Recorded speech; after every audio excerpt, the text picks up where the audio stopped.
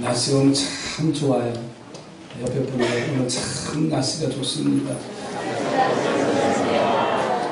마음도 설레고. 어떤 율법사가 예수님 찾아와서 영생에 대한 질문을 합니다. 그러자 예수님은 율법에 어떻게 기록되어졌느냐라고 말씀하면서 하나님을 사랑하고 이웃을 사랑하라 이렇게 말씀을 하셔요. 율법교사는 이어서 또 질문하기를 그러면 누가 이웃입니까? 물어요. 그러자 예수님이 이런 이야기를 해주시는 거예요. 어떤 사람이 길을 가다가 강도를 만났는데 거의 죽게 됐다. 제사장이 지나가고 내 윗사람이 지나가는데 그를 피해서 지나갔다.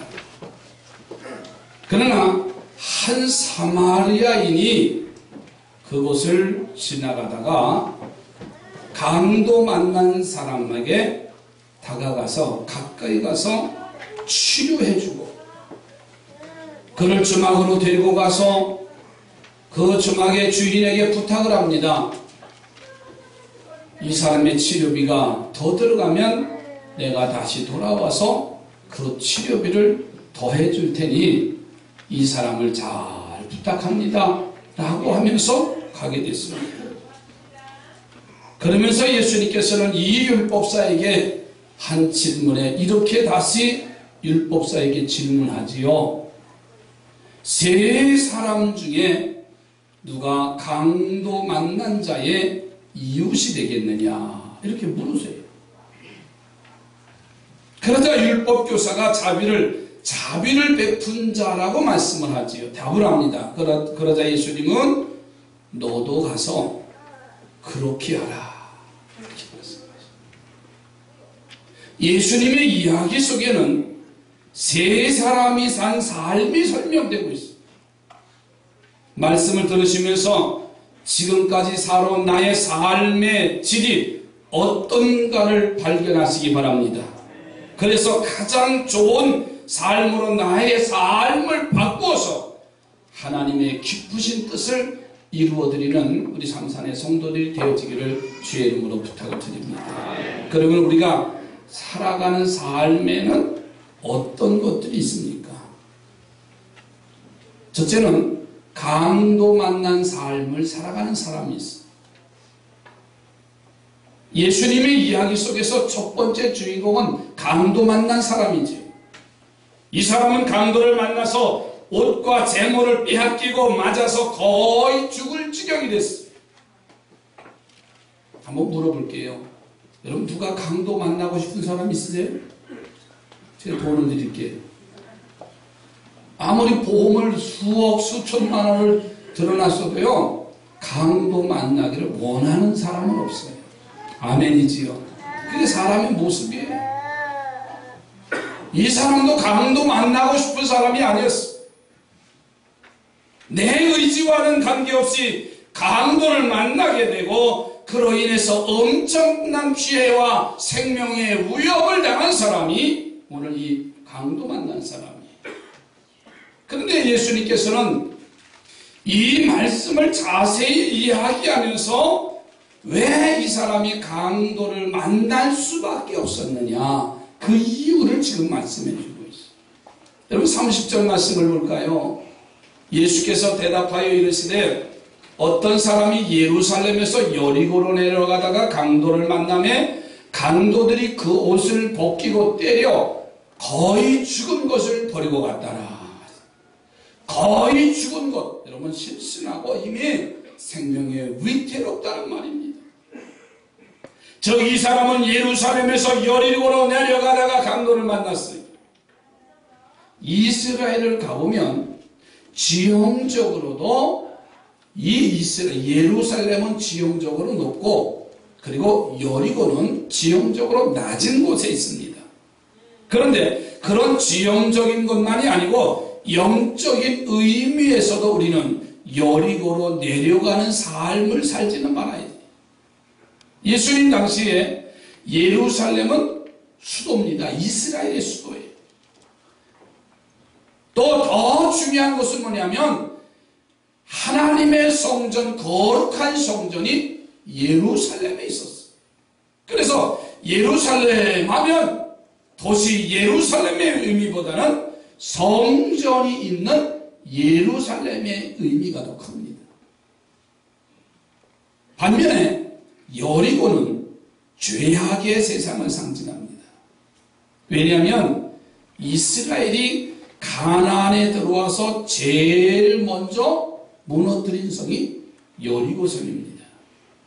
그리고 여호수아를 통해서 하나님이 예언하게 하시는데 누구든지 여리고성을 건축하는 자는 여호와 앞에서 저주를 받을 것이라.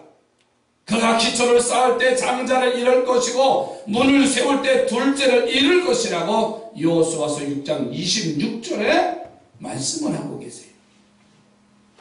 무슨 일을 해서 자식이 저주를 받는다면 그 일을 할 부모가 어디 있겠어요? 더더구나 하나님이 그렇게 여리고성을 정의하셨기 때문에 여리고는 좋지 않는 곳이고 그리고 내려가면 안 된다는 하나님의 강력한 메시지가 지금 담겨져 있어요. 자, 그런 강도 만난 사람은 자녀가 저주를 받게 되는 여리고로 내려갔으니 당연히 강도를 만나지. 이것을 우리 예수님이 오늘 우리들에게도 설명하고 계시다는 사실입니다. 여러분, 우리가 지난날 살면서 성전인 예루살렘으로 올라가지 않고 세상인 여리고로 내려가는 삶을 살지 않았나 한번 우리는 되돌아봐야 됩니다. 그리고 그 결과는 강도 만난 삶이 된다는 사실을 기억하시기 바랍니다. 옆에 분하고 매일 여리고로 올라가시기, 예루살렘으로 올라가시기 바랍니다.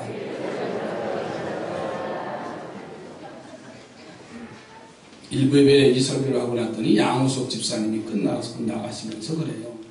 목사님, 부강교회가 어디예요? 그래서 부평에 있다고. 그랬더니 하시는 말씀이 그 목사님, 김상희 목사님이 우리 친구 아들이요. 그랬어요. 강원도 영월 어디라고요? 상동 그 좁은 구석에서 그 아버님은 장로님이세요. 그 김상희 목사님이 간증할 때 그렇게 가난했대. 난 몰랐는데 양호솔 집사님 나가시면서 그때 당시 콩나물 공장 했대. 그 산골짜기에서 콩나물 공장 해봐야 얼마나 컸겠어. 아마 그러나 그 가정은 항상 예루살렘 성에 있었기에 예루살렘에 거했기 때문에 하나님이 축복하신 줄로 믿습니다. 만약에 여리고로 내려가는 삶을 살았다고 한다면 삶의 상황은 달라졌을 겁니다. 아무리 어렵고 힘들어도 다시 부탁합니다. 예루살렘에 거하는 자가 되시기 바랍니다. 옆에 보고 다시 한번 가끔씩 여리고로 내려가려고 하는데 조심하라고. 어디 잘 되는 거 봤냐고 물어보십시오. 아유, 힘들고 새벽마다 일찍 와서 교회 와서 쓰고 교회 나오려니까 성가대 하라고 해도 교회 오니까 또 뭐 하라고 하고 뭐 이렇게 자주 불러대는지 감사하시기 바래요. 어디가 있었겠어요 지금? 여기도 벚꽃놀이 다 하고도 갈 수 있는 일이에요. 남이 하느라고 따라가는 건 얼마나 어리석습니까? 적어도 하나님의 날, 거룩한 날 예배하는 자로 세워지기를 바랍니다. 때로는 손실도 보고 아픔도 당하고 목숨을 잃을 뻔한 위험을 당한 것이 우연이 아니라는 사실을 우리는 깨달아야 됩니다. 요한계시록을 요즘 수요일마다 공부하면서 다음에 보자. 그 믿음 지킨 사람은 달라요. 힘들고 어렵고 때로는 좁은 길이고 십자가의 길이지만은요, 이 믿음을 지킨 자는 달라요. 내 삶에 거룩하고 아름다운 곳을 향해서 올라가는 발걸음이 됐으면 좋겠어. 한 감옥에 2명의 장기수가 이제 수감을 당하고 있습니다.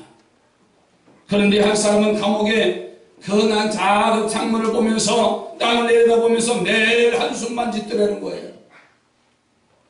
자기가 옥에 갇힌 처량한 신세를 한탄하면서 내가 이 다음에 나가면 나를 이 감옥에 가둔 그 사람을 그냥 놔두지 않겠다. 이를 달면서 한을 품으면서 매일매일 그렇게 살았더라는 거예요. 세월이 지나가니까는 그 품은 한 때문에 정신질환이 왔어요. 정신질환이 오니까 오래 살지 못하고 그만 감옥에서 옥살을 해버렸어요. 그런데 장기수로 이제 갇힌 그 한방에서 있던 한 지수는 날마다 그 창문을 통해서 부르는 하늘을 바라보면서 그리고 찬란한 창공에 마음대로 날아다니는 새를 바라보면서 자신이 지은 죄가 그렇게 부끄럽더래요. 그 자리가 회개하는 자리가 됐습니다. 자기의 죄값을 치르고 나가서 나는 저 새들처럼 마음껏 자유롭게 살겠다고 결심을 합니다. 그리고 자유롭게 살 미래 삶을 꿈꾸면서 그 감옥 생활에서 반듯하게 신앙생활을 했어요. 반듯하게 생활했어요. 결국은 그는 모범적인 감옥 생활을 인정받아서 형기가 끝나기 전에 출사의 은혜를 받아서 감옥에서 나와 바른 삶을 살며 푸른 창공을 마음대로 날아다니는 새와 같은 자유를 찾았다는 이야기예요. 창문을 통해서 우인 하늘을 바라보면서 사는 사람과 땅을 바라보면서 절망하는 사람이 이렇게 큰 차이가 나는데 하물며 거룩한 성전을 향해서 올라가는 사람과 죄악 세상인 여리고로 내려간 사람 차이가 결코 만만치 않게 클 겁니다. 여러분, 예루살렘의 삶을 사시기를 부탁합니다. 지난날의 본문의 주인공처럼 여리고로 내려가다가 강도 만난 삶이 있었음을 회개하고 예수님의 구속의 은혜를 기다리고 준비하는 여리고를 그리워하지 말고 오직 예루살렘을 바라보며 그것에 거할 수 있는 우리 모두의 지체가 됐으면 좋겠어요. 두 번째로 피하여 지나가는 삶을 사는 사람이 있어요. 예수님의 이야기는 강도 만난 사람의 이야기로부터 시작해서 그 뒤를 따라오는 제사장과 레위 사람들의 삶도 지금 설명을 하고 계세요. 여러분, 제사장은 당시에 제사를 집례하는 사람입니다. 요즘으로 말하면 목회자와 같습니다. 또 레위 사람은 누구냐면 제사장을 배출하는 지파입니다. 어려서부터 제사장이 되기 위한 공부와 수련을 하는 사람이 제사장이고, 그 제사장이 될 레위 사람이 강도 만난 어려운 이웃을 만나면 어떻게 해야 된다는 것을 너무나 잘 알고 있는 사람이에요. 당연히 어려움에 처한 사람 도와줘야지요.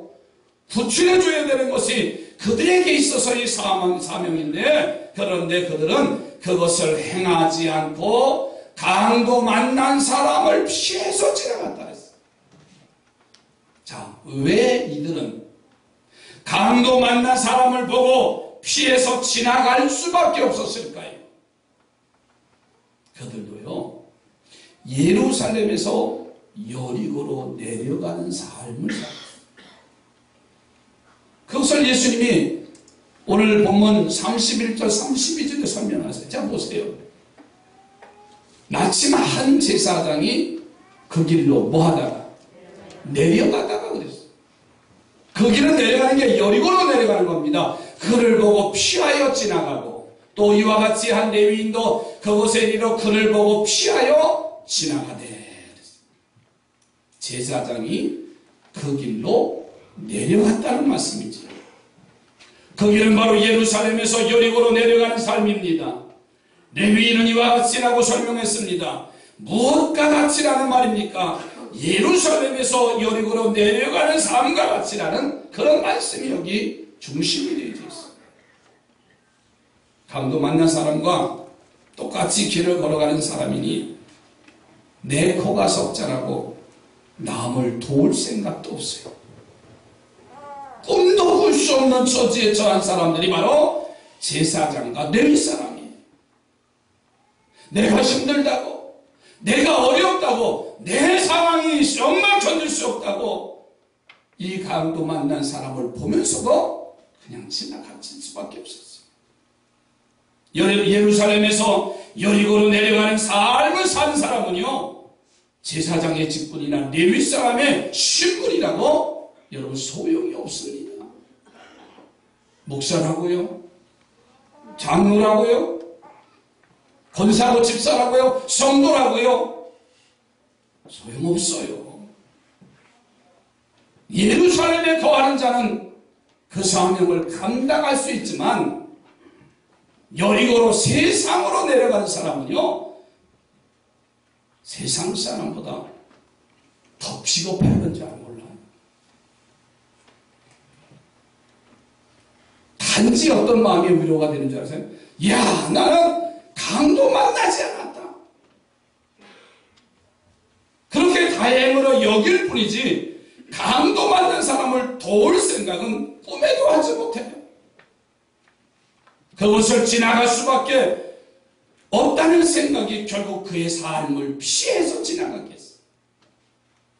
우리는 그동안 강도 안 만난 것으로 다행으로 여기며 그것으로 만족하며 살지 않았습니까? 그리고 피하는 삶을 살아가면서도 전혀 문제의식을 익히지 못하지 않았어요. 내가 손실을 안 본 것, 아픔을 당하지 않은 것, 위험한 일을 피한 것만 다행으로 여기면서 살아오지 않았느냐 그 말이에요. 그리고 힘든 사명이나 어려운 일이 오면은 잘 피해서 지나가며 내가 똑똑하게 산다고 우리는 자부하고 있잖아요. 그러나 예수님의 말씀을 들어보면은요, 강도 만난 사람이나 피해서 지나간 사람이나 똑같다는 사실을 오늘 본문을 통해서 발견하게 됩니다. 마치 50보 100보와 같다는 것입니다. 이 말씀을 통해서 깨달으시기를 주님의 이름으로 부탁을 드립니다. 어떤 사람이 원숭이를 길렀는데 어느 날 아침에 원숭이들에게 이렇게 말했답니다.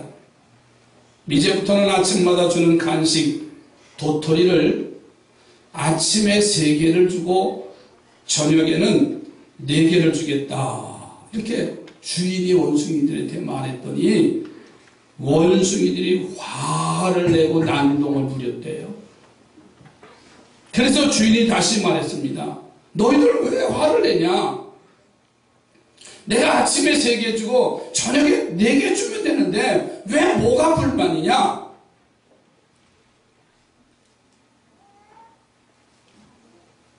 그래서 이 주인이 다시 생각을, 그래? 그러면 아침에 4개 주고 저녁에 3개 주면 되겠느냐? 그랬더니 원숭이들이 그렇게 좋아하더래. 사자성어로 뭐죠? 조삼무사. 이참에 3개를 주건 4개를 주건 결국은 하루에 7개를 주건 것은 똑같은데, 그런데 아침에 3개를 준다니까 화를 내고 4개를 준다니까는 좋아하는 것은 모자란 원숭이 때문에 그렇지 않습니까?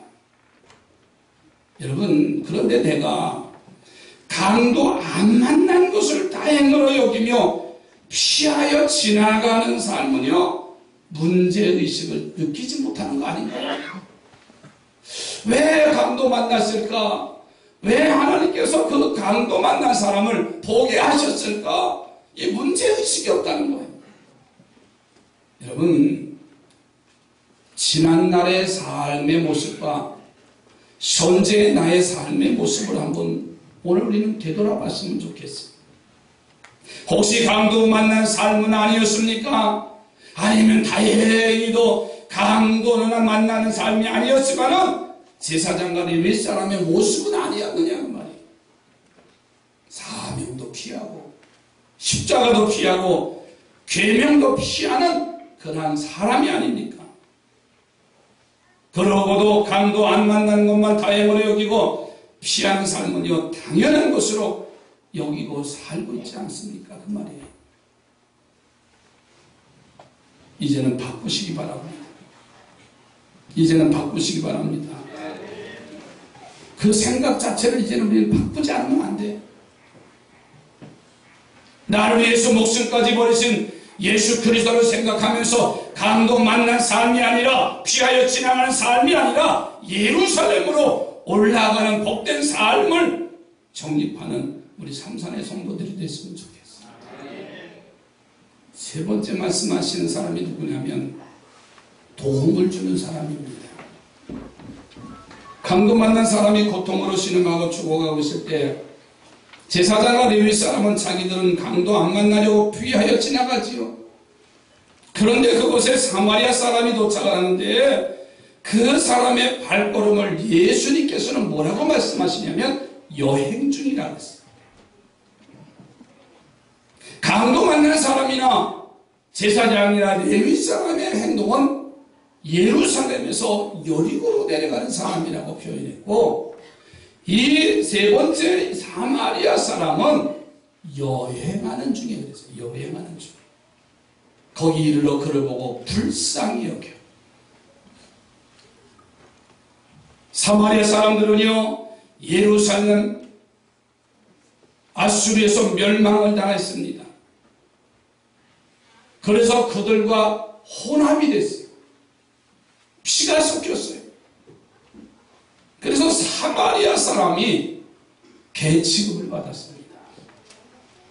저들은 지조를 지키지 못했었고, 저들은 신앙을 지키지 못했었고, 혼합주의가 되어버렸어요. 그래서 그들은 예루살렘을 가고 싶어도 예루살렘에 들어가는 것이 허락이 되질 않았어요. 당시 유대인들만이 예루살렘에 올라가서 하나님의 성전에서 예배하는 그 특권을 가졌는데, 이 사마리아 사람은 피가 섞였다고, 혼혈이 됐다고. 예수님 당시 뭐라고 하는지 아세요? 지옥의 땔감으로밖에 사용하지 않는다고. 유대인들이 그런 의식을 가졌었어요.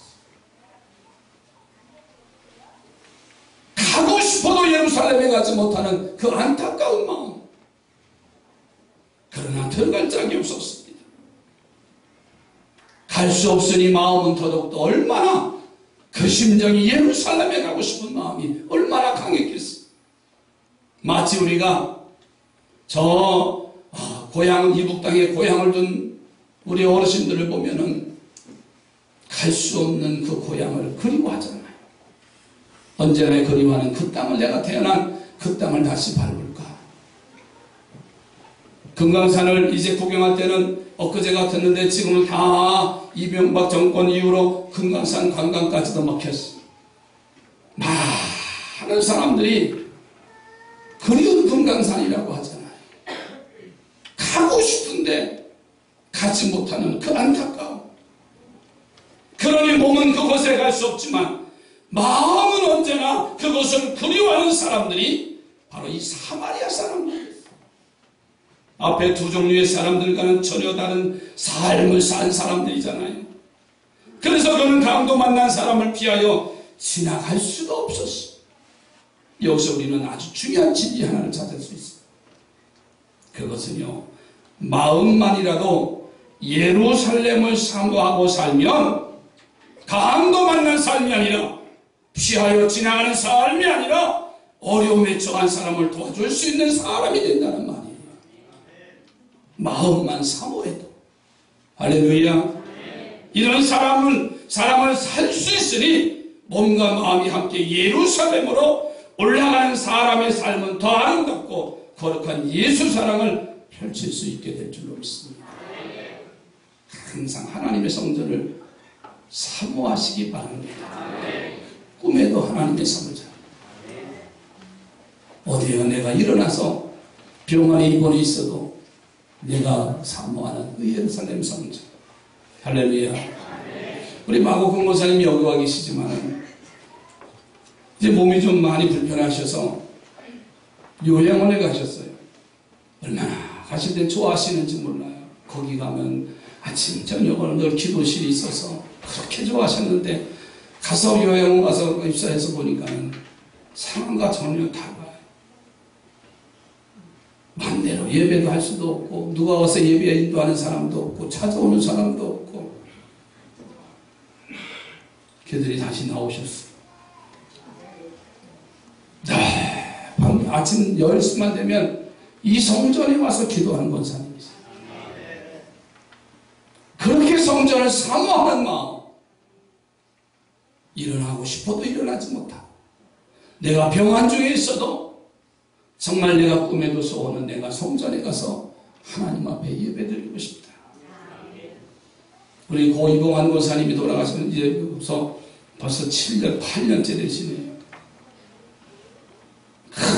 몸이 힘들고 아프셨을 때, 이 성전을 지을 때 오셔서 성전에서 공사장에서 나오는 철로토막 하나라도 있으면은 뭔가 보태시려고 아픈 몸으로 그 철로토막 하나다 그 페이지 하나씩 다 주워다가 저 구성전 옆에 창고에다 잔뜩 싸놨다가 팔던 생각이 나요.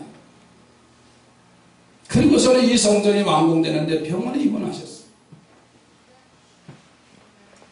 꿈에도 하나님의 성전에 들어가는, 가서 예배하는 게 소원이셨었어요. 내가 사모하는 마음이 그런 거 아닌가요? 상황과 형편과 정황은 다 다를 수 있어요.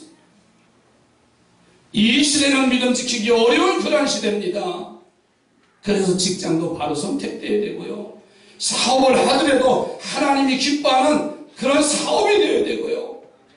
그 사모하는 이 사마리아 사람의 모습의 행동을 보니까는요,